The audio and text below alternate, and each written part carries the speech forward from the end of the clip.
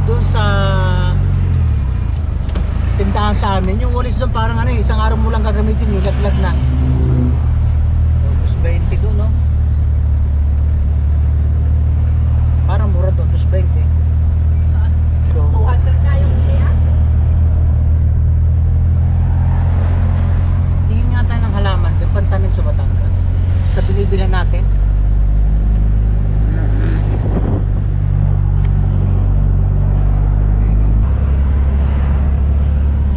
Pag ako mga kabosing namimili, talagang medyo natawad tayo.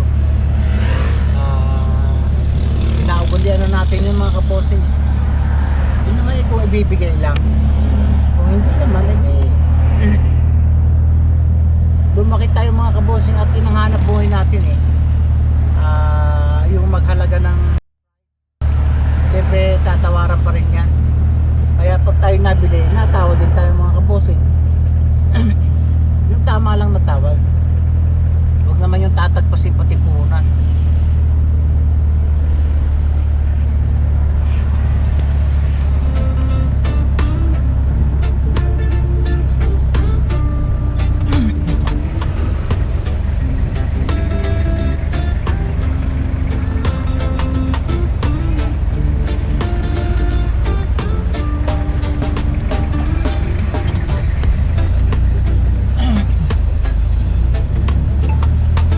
Walang tao mami. Saan? Sabi. Wala, saradong pinto. Nasaan? Ay, baka umalis. Ha? Umalis. Wala nga yung motor doon.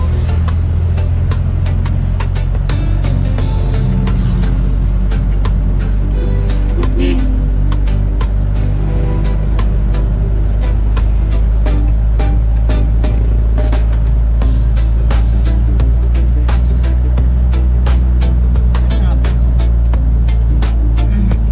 Utang mo.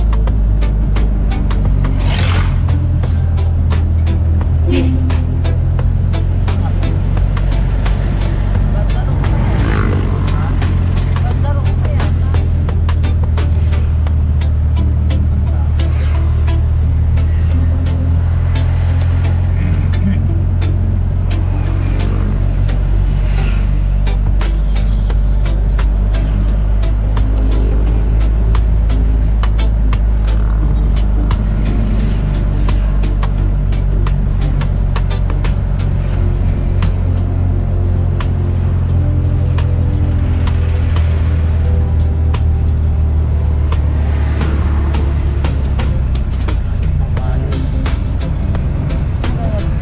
Kaya stainless ba yun?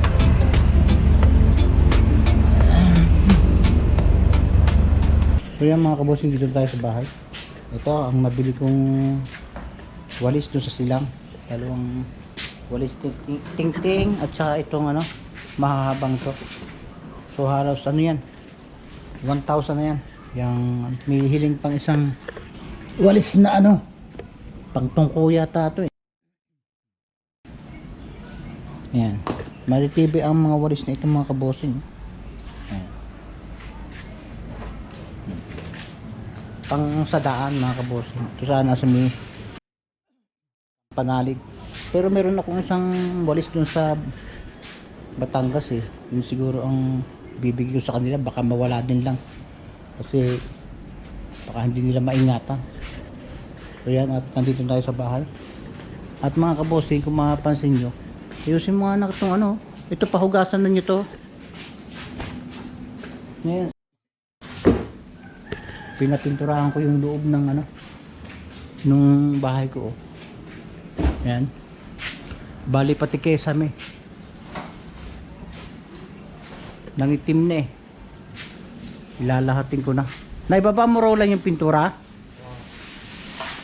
Pinapinturahan ko muna siya. Sa dalawa oh. Yan. Pati itong kesame, papipinturahan ko na rin. At siguro ano to eh, mga 3 years nang ano, pintura, kaya medyo nag ano na, kumupas na. Ayan. Nung mapinturahan ang gilid, parang hindi makita ang bagong pintura dahil yung kesame madumi. Pati itong ano, yung gate pinapinturahan ko na rin.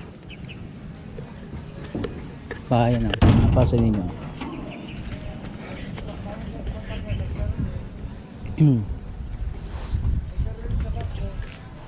Ayan.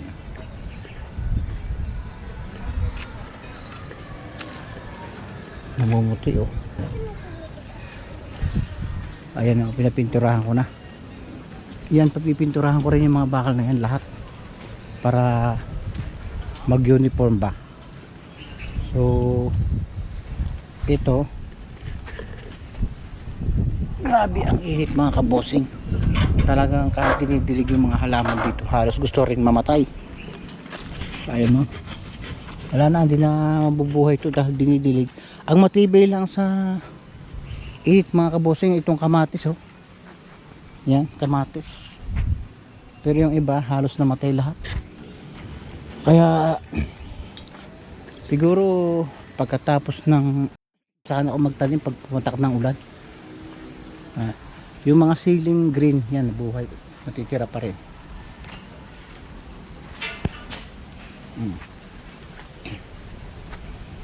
Ito, tumaba na uli itong sagya sa bangko mga kabosing. Ako dumating dito, wala ka tanim dito, puro talahib ito na yung bang talahib na hindi man kinakain ng baka.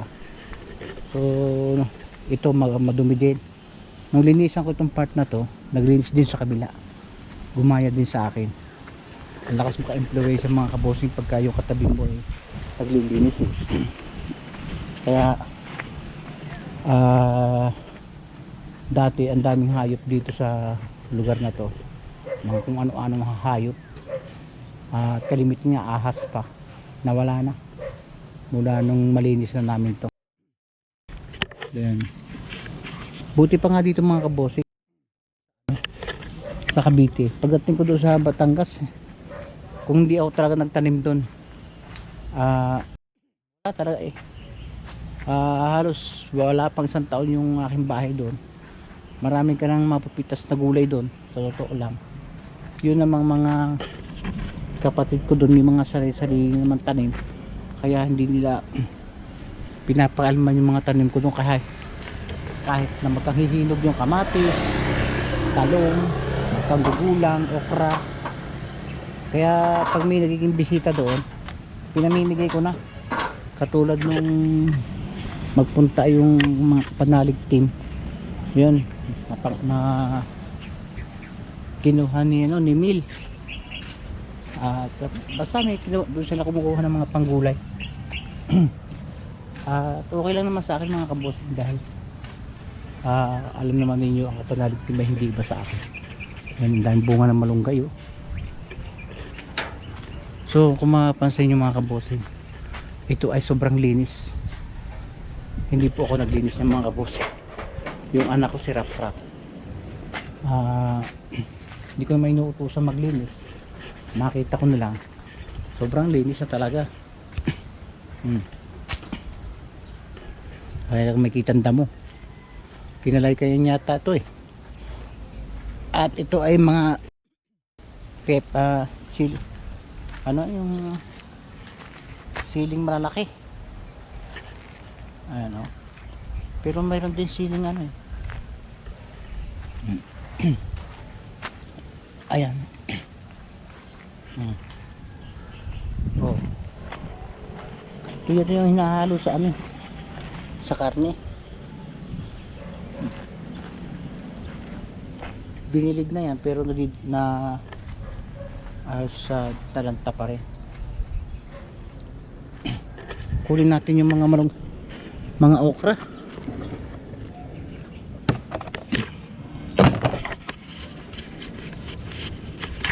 Bilis mamuang okra ko. Kapapanguha pa namin ito yata parang inaraw-araw. Bulang na. Wala na.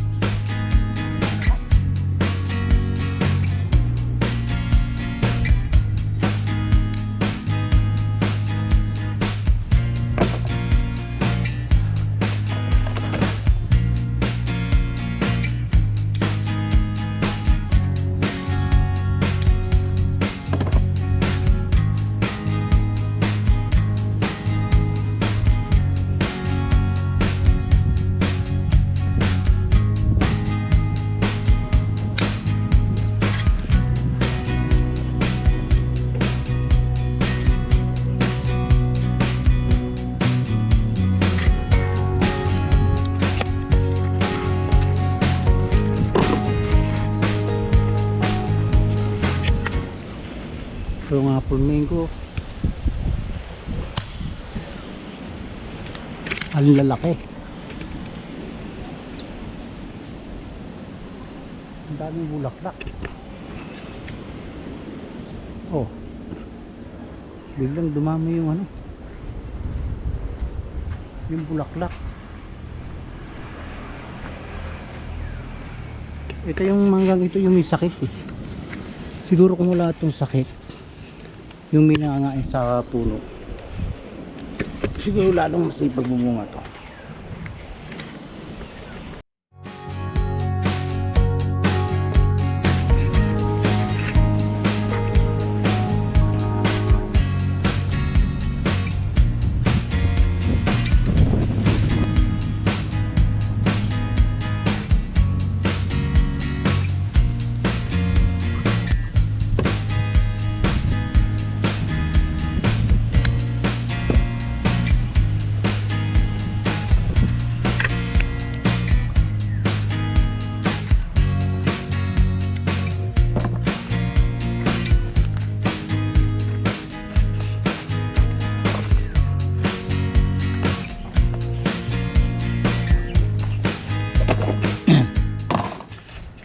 Kaya mga kabosin, pininturahan na yung ano, bakal.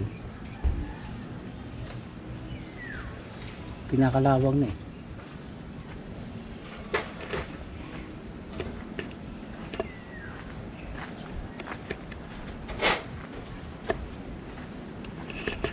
Buti pa nga dito mga kabosin, ang dami kong mapipitas na gulay. Ayan. Buhay sagod.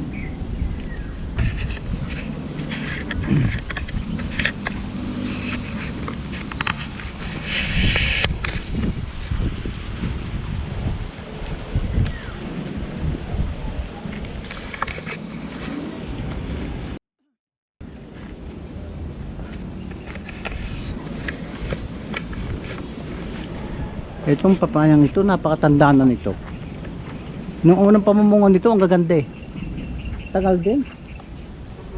Parang may 3 taon na to.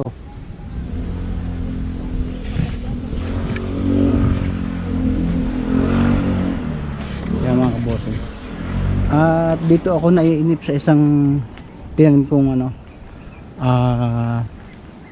kung tawagin ay dwarf coconut. Parang 3 taon ito, mahigit eh, 4 na taon na. Hindi pa rin nabunga oh.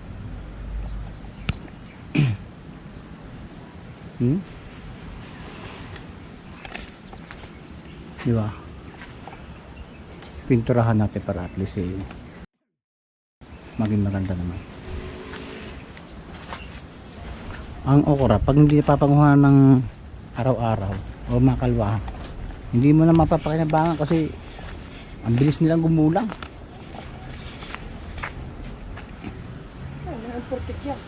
Hindi? Ewan ko. For real. Siguro eh, hindi siya natangka dahil tag-araw eh. Yan. Yung mga malunggay dito nagkagugulang na oh. Yung ibang sanga dito dadaling ng Papatangas, tatanim ko. So yun mga kabosing, at yung katulad ng nasabi ko, hindi ko alam kung andun pa rin sila kapanalig sa bahay doon sa Batangas. Ang napanood ko ay andun din, dumating din yung kapatid niya na babae, si Kamikmik, galing Iloilo.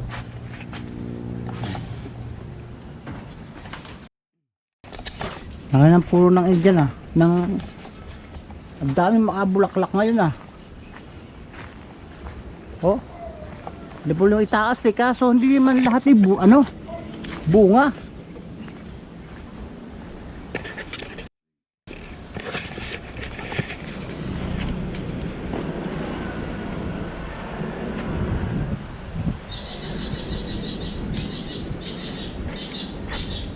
Yung papayang ito, sipag tumumunga.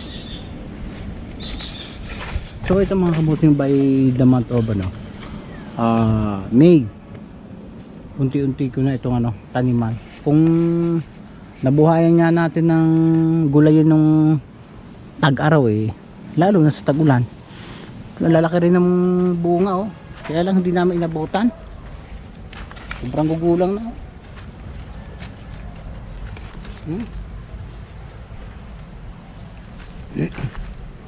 hindi na talaga.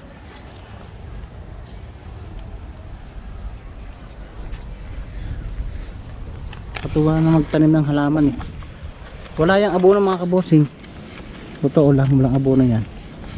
At mula nga na matuto yung anak ko na maglinis nito, hindi ko na inaabutan ng trabaho dito mga kabosing. Siya na yung nagkukusang naglinis kahit hindi mo utusan. Ayan, sobrang linis, pati yung kabila parang kinalay ko ito walang kadamo-damo so yun, nakatuwa naman. Ayan, so yun mga kabosing bahay, siguro susunod na linggo yan papasyal tayo sa sa Batangas at magbibisit tayo sa bahay. So nakita ko naman didiligan ni Kauto yung mga tanim kong gulay doon. Sabi ko biligan nyo dahil naman may mga host naman dyan at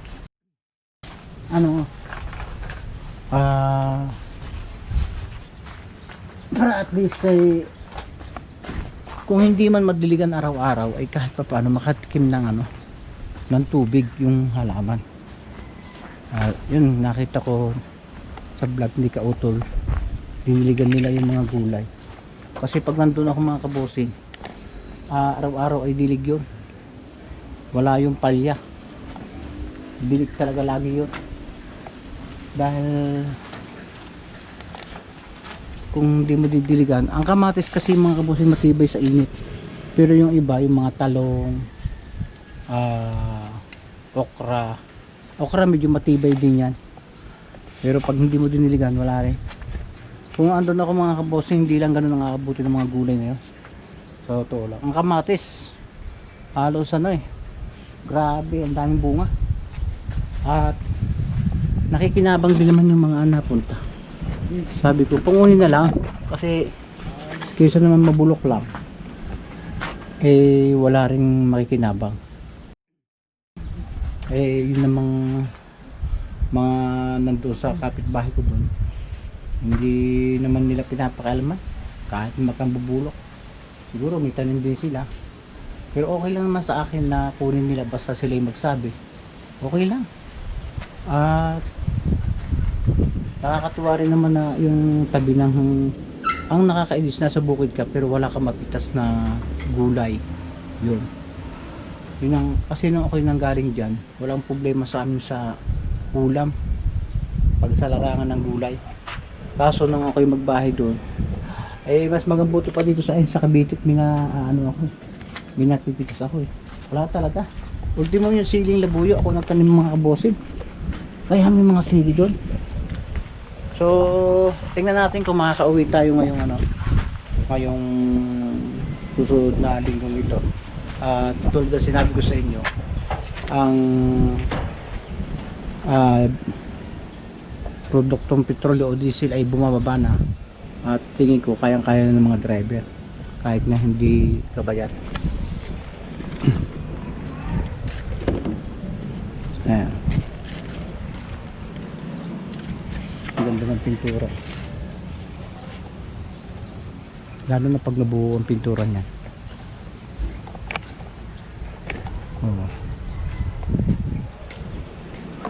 Halos ilan ang balding pintura yan mga kabosing, hindi kakamali, 4 na maglilima na. Ayan, ang linis-linis din mga kabosing. Ang sarap yung bungkalin tapos taniman. Yung bunga ng guyabano ay ako lang kumakain, sobra. Itong mga malunggay na ito mga kabosing, kung mapapansin ito kabilang ito, ganyan ang hitsura niya, mas malalago pa dyan. Ayan, puro talahib. Ayan, ganyan yan, mahahabang talahib. at tataas. So nung makapagbahay ako dito, naging malinis lahat oh. Ayan oh. Nilinis ko yung kalahati naman nilinis nung kapitbahay ko, nagtanim din siya ng gulay, kamote. Yan. Yung mga tubang yan, ako na rin nagtanim yan, yung mga suha. Ayan. Ako rin nagtanim. Guyabano, ako rin nagtanim ng mga saging. Basta ganda sana kung napicturean ko yan nung ano eh. Nung hindi pa natataniman ko eh. Talagang matatakot ka talagang sumuot eh. Sobrang gubat talaga niya. Pero nasa ano eh,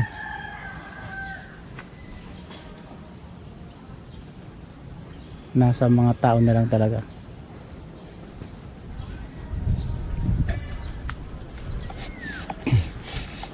So yan mga kabosing, at dito tayo sa bahay. Kakakain lang natin ng tanghalian. So ayan. Hindi pa na yung cellphone dyan, wrap. So next week siguro mga kabosing ay pasyal tayo doon sa bahay natin sa Batangas. Dahil medyo matagal-tagal na. Wrap! Next week mga kabosing, baka makapasyal tayo dun sa sa bahay natin sa Batangas. Magbibisita tayo. So unti-unti magpe-prepare na rin tayo ng unti-unti magpe-prepare tayo ng tataniman natin doon sa bandang baba. Dahil kinakailangan ngayon yung kaya nga yun ay ginugusto kong ma-maintain ang linis. Once na pumatak ang ulan, ay magtatanim lang tayo. Ang isang hindi ko napaghandaan ay yung bandang baba ng bahay, makikita nyo gubat yon, ay binala kong paupahan o palinisan sa mga tao doon, kaso hindi ako makatsyempo na magpalinis dahil lagi daw silang busy. So sana bago mag-ulan ay makapagpalinis pa rin ako kahit paano para makapagtanim ng mga gulay doon. So kita naman yung mga kabosing nung ang kapanalig team ay nandun, kahit paano ay mayroon silang naha-harvest na gulay na sa totoo lang nung magpunta ako doon ay ultimong dahon ng sili wala talaga, as in wala talaga kang bibili ka talaga doon sa tindahan. So pipilitin ko talaga na bahay na yon ay kahit mag-stay ka doon ng ilang araw ay mayroon kang maha-harvest na gulay mga kabosing. Basta may bigas ka, may condiments ay okay na. So yan ay pipilitin ko ngayon taong ito. Napaabot na ang cellphone. Pipilitin ko talaga na uwi na sila. Ha? Sino? Uwi na sila. Oo, uwi na. So ayan, ang promise ko sa inyo mga bossing, wala pang isang taon ay talagang nataniman ko na yung mga gulay. Bagamat na wala nakakapag-harvest ay nakikinabang din naman yung mga pumupunta mga kabossing. Kaya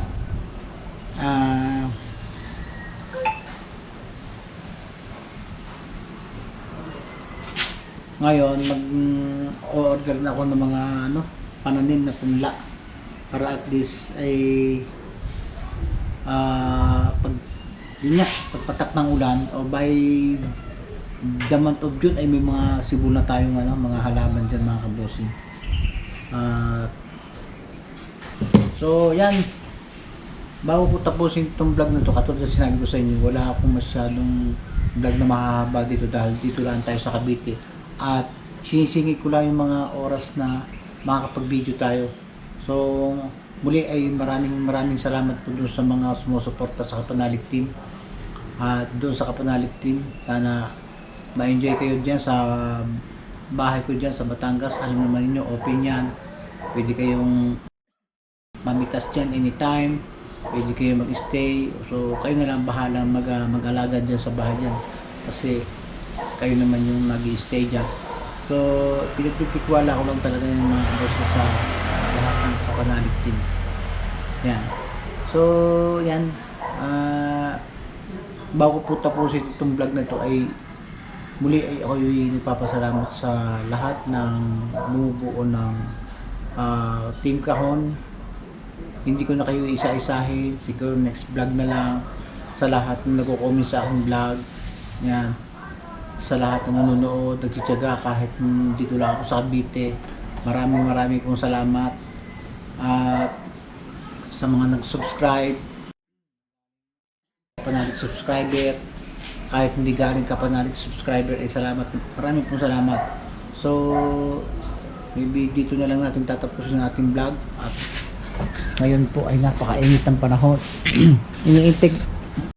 Pinipilit ko nga lang mapinturahan tong Kesame at itong labas na ito dahil yung pader ay nakapinturahan na. So ayan, dito na natin puputuloy ng ating vlog. Sana ay sinamahan nyo ako sa simpleng video kong ito.